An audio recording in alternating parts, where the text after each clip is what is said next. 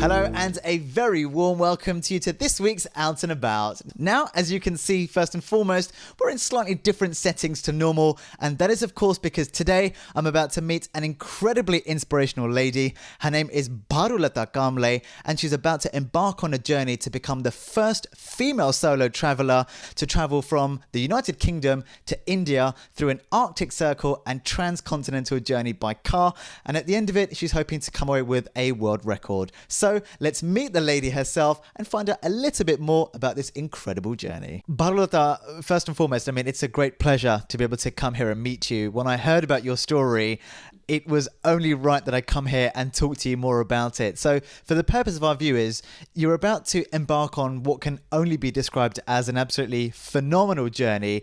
Just explain to them exactly what you'll be going to do. I will be starting my journey from Luton because I live in Luton.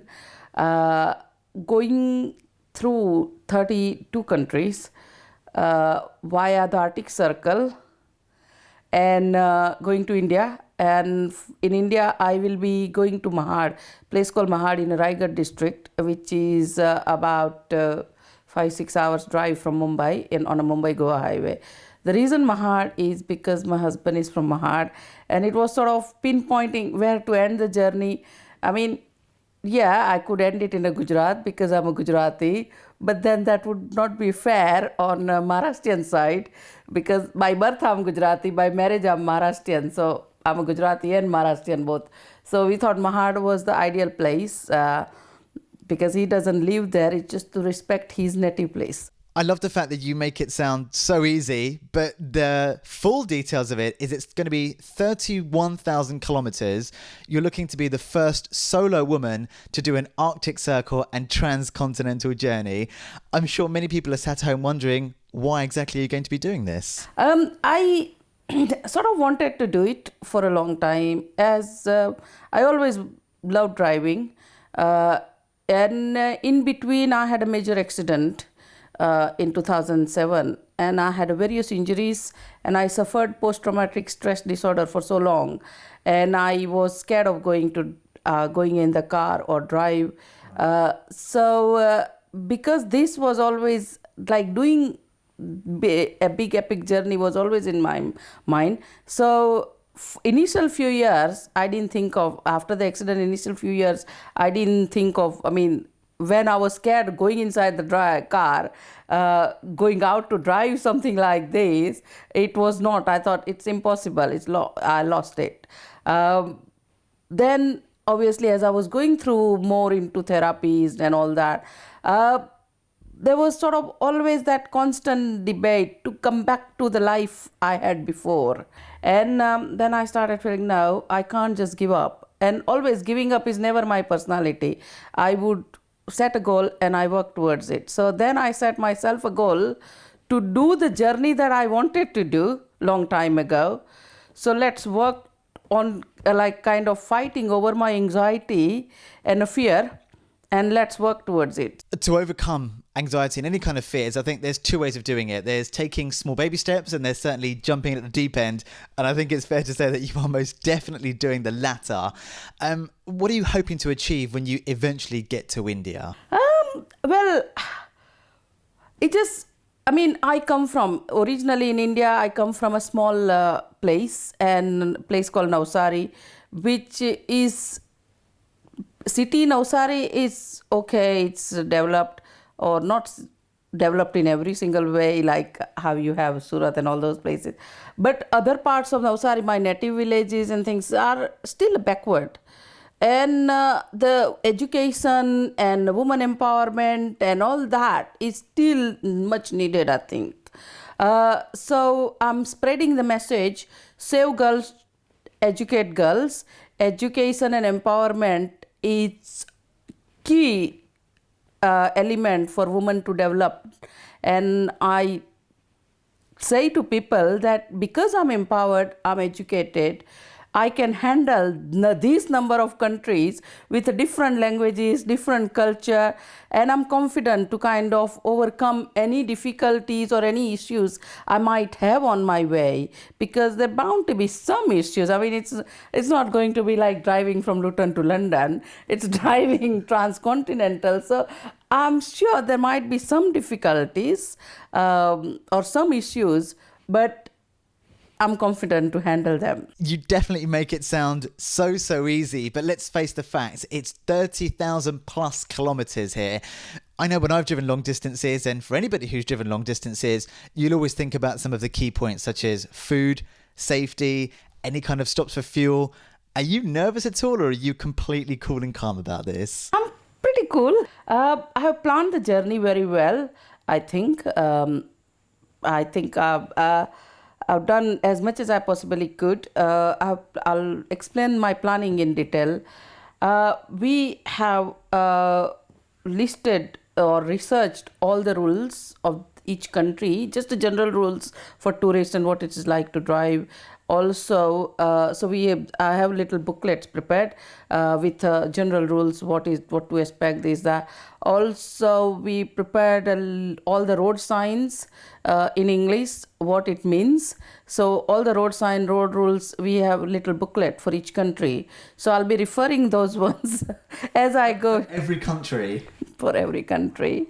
I'll be referring those every time I enter new country. In terms of mainly the tire changing and things.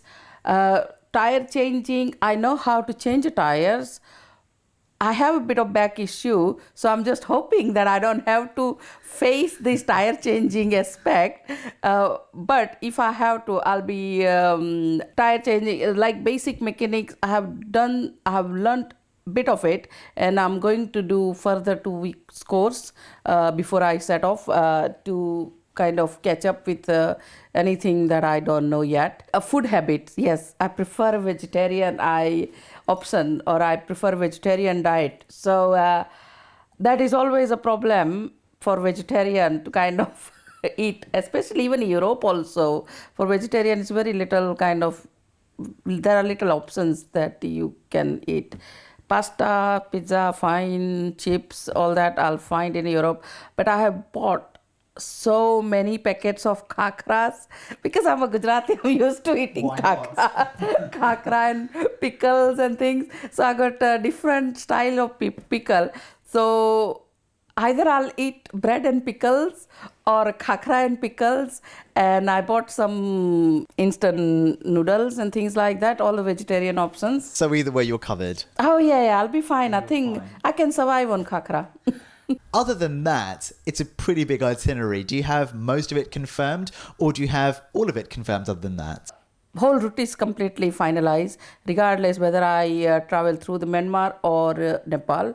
From England, initially I was going straight from Luton to Channel Tunnel, but now I'll include Wales and Scotland also, because they are two separate countries. And people just say, you are traveling from here and not going to Wales and Scotland, because I have gone there so many times. I didn't think of it, but I will include that now. But then I'll be going through the Channel Tunnel and to France. From France, I'll be going to Luxembourg, Belgium, Netherlands, then Germany, Denmark, then enter Sweden and by that famous Osborne Bridge, and then I'll go to Oslo, which is the capital of Norway. From Oslo, in Norway, I'll be going back to Sweden, to Finland, and that's Santa Claus village, where the Arctic Circle, where the Arctic Circle kind of, it's a famous kind of point of Arctic Circle. Then I'll be traveling to Nordkapp. From Nordkapp, I'll be coming down to the point of three countries, where three countries meet, like Norway, Finland, and Sweden. From there, I will be coming down back to Finland, and capital of Finland in Helsinki, then to St. Petersburg in Russia. I think crossing Europe to Russia is not so much an issue.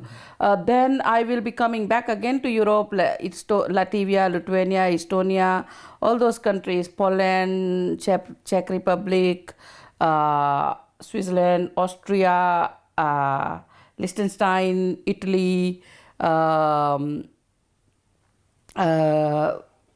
Hungary, Slovenia, Croatia, then to Belarus, Belarus to Russia again to Moscow, and from Moscow to Kazakhstan, and then from there I'll enter Kyrgyzstan, and Kyrgyzstan, on the way I'll be meeting some United Nations women's organizations to kind of discuss women empowerment with them, and what is their plan and what we can bring to India in terms of girls' educations and everything else related to women. And then I'll enter China border.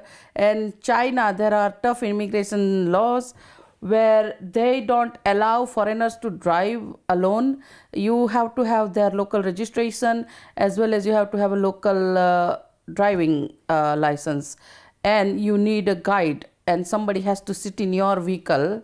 So China would be the only place where you have that kind of rules.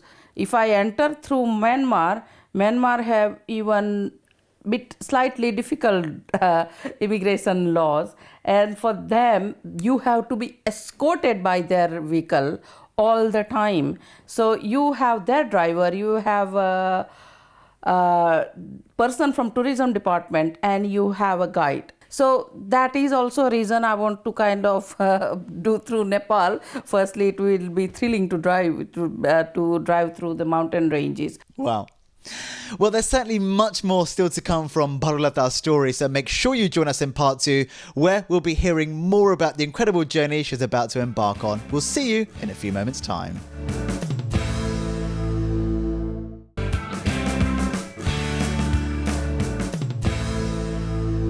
Welcome back to Out and About. Now, for those of you who have just joined us, today I'm with Bharulata Kamble, a lady who's going to be the first female solo traveller to embark on an Arctic Circle and transcontinental journey by car. So, Bharulata, you're going to be going through some very difficult terrains.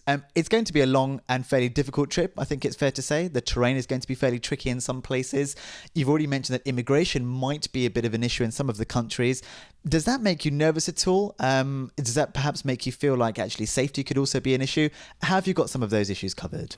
You see, I don't think safety is too much an issue within Europe. We have clearly avoided any problematic areas, especially we are not going via Pakistan, Afghanistan, anything like that. Also, we are avoiding Ukraine and Turkey, and that's why the route is longer.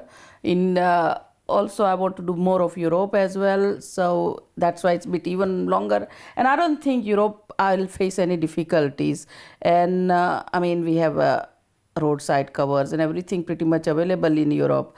It's only Belarus that's not in Europe, and you need a visa for Belarus and you need a visa for Russia and all that. But Russia also, it's a developed country.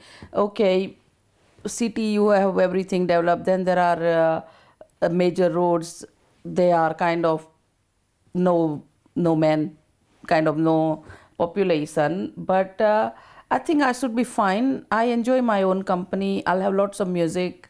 And we have divided kind of, I'm not going to drive at night.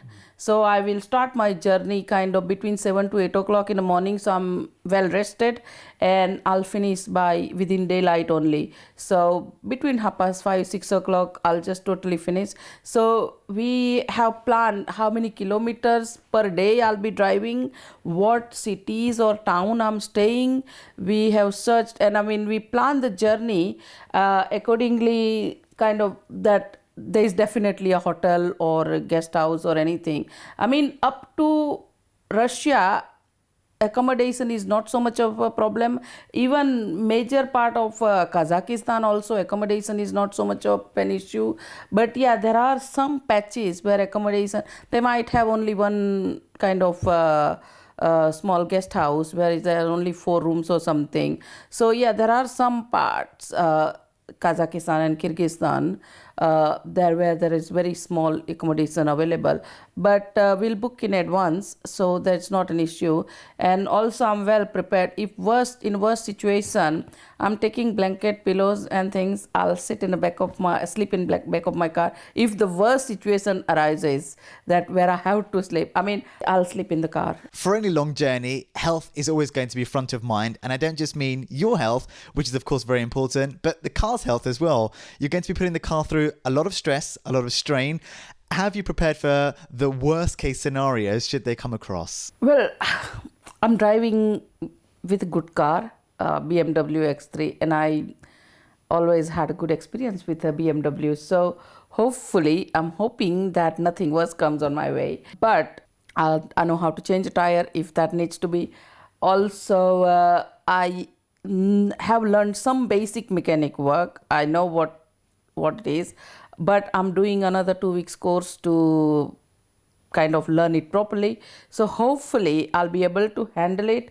And plus, on my way, especially Europe, I have a European breakdown cover, but for Russia and Kazakhstan and Kyrgyzstan, or those three countries particularly, because it's a very big country, those are very big countries, and long roads and no man, that's the only little nervousness in that. But hopefully my basic knowledge will be sufficient.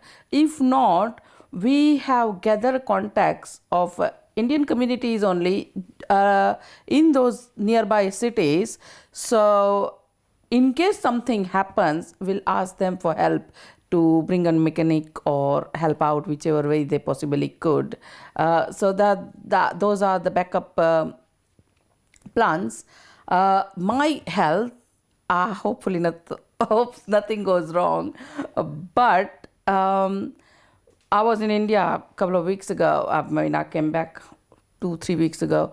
I met a general practitioner with who has got.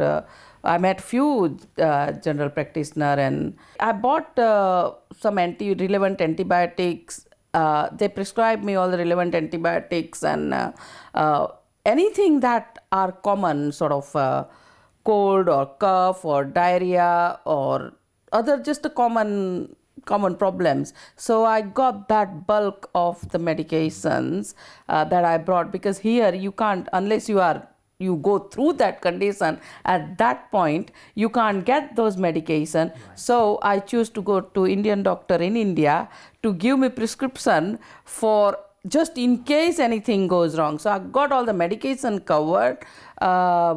Otherwise, I'm pretty confident. I'm not nervous at all. I'm really looking forward to the journey, and I in fact can't wait to start. I have to ask you this. What are you most nervous about? The fact that you're going to be driving 30,000 plus kilometers, or the fact that you're going to be leaving a husband and 2 children behind here? No, I think I'm quite well prepared with everything else. I've been independent female always, and I know how to look after myself.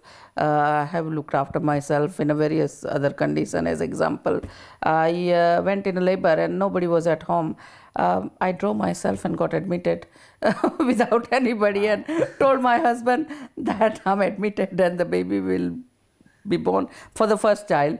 Second, I had a lot of complications. And I phoned him up. He was at the same hospital anyway, and he was busy. He couldn't answer my call.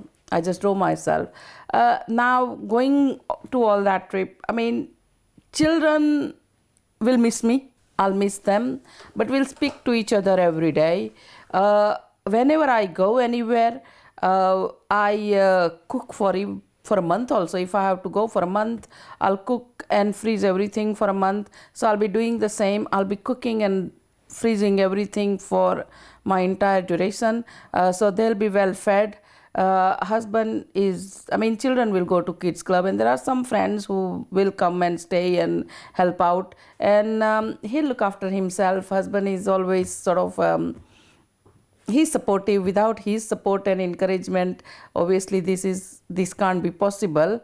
So he has assured me that he'll look after children very, very well, and he'll look after himself also. So although you're doing all the driving, it's nice to know that actually this entire trip is a team effort. Team effort, yes. Husband obviously is a major support, or he's the first support, and it's just standing by me, or standing by me to kind of say, don't worry, you want to do this, okay, do it. I'll be there, I'll support you, I'll take care of children. By the way, he has paid for the entire trip, and obviously we have our own car, so any funds that I raise through this trip will go directly to the purpose or my mission to kind of set up a healthcare or women empowerment and girls education, and my campaign for Save Girls and educate them. Teamwork, then I am friends with some people who's kind of helping me, guiding me, because somebody went through Kazakhstan, some went through Russia. They did different journeys. So I think in terms of everything planning, it's not only me. I'll be driving, no doubt, and driving alone, completely alone. But obviously husband is my first support, and then there are other people who has done similar journey. One is our Gujarati guys who came from India, and there is other group who's done similar journey from India. It's a very, very long trip. I guess one has to ask, how much is all of this costing? My total budget is £30,000, excluding the car, because we already have a car, and thankfully my husband has paid it completely. And I really wanted to do it so much for so long. He says, do it.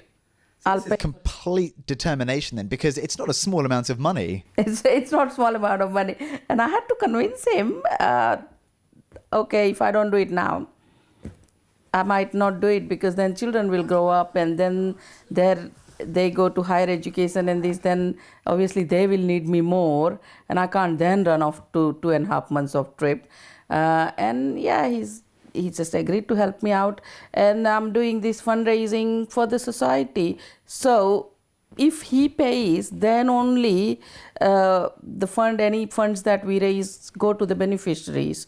So we have planned it that way.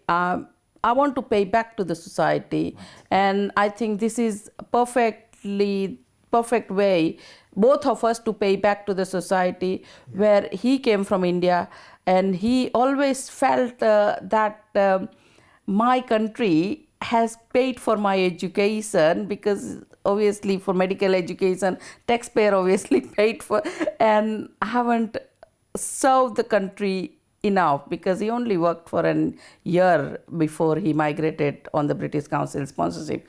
So there was always sort of, he wanted to make some meaningful contribution to his nation, and he's supporting this cause as well as helping this healthcare project in every way. Well, what an incredible way of being able to give back to the community. I'm sure you've probably seen it the whole way through this interview. I haven't stopped smiling, purely because I am absolutely flabbergasted by the journey that you're about to embark on. I wish you nothing but the best of luck. I think it's an incredible thing you're doing, and I think a lot of people can learn a lot from this. So best of luck.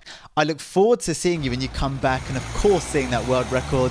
And from all of us, we wish you nothing but the best of luck. Well, what an incredible story and an incredible journey, to say the least. Sadly, that's all we've got time for this week, but we'll be back at the same time, same place next week. So until then, have a wonderful weekend. Bye-bye.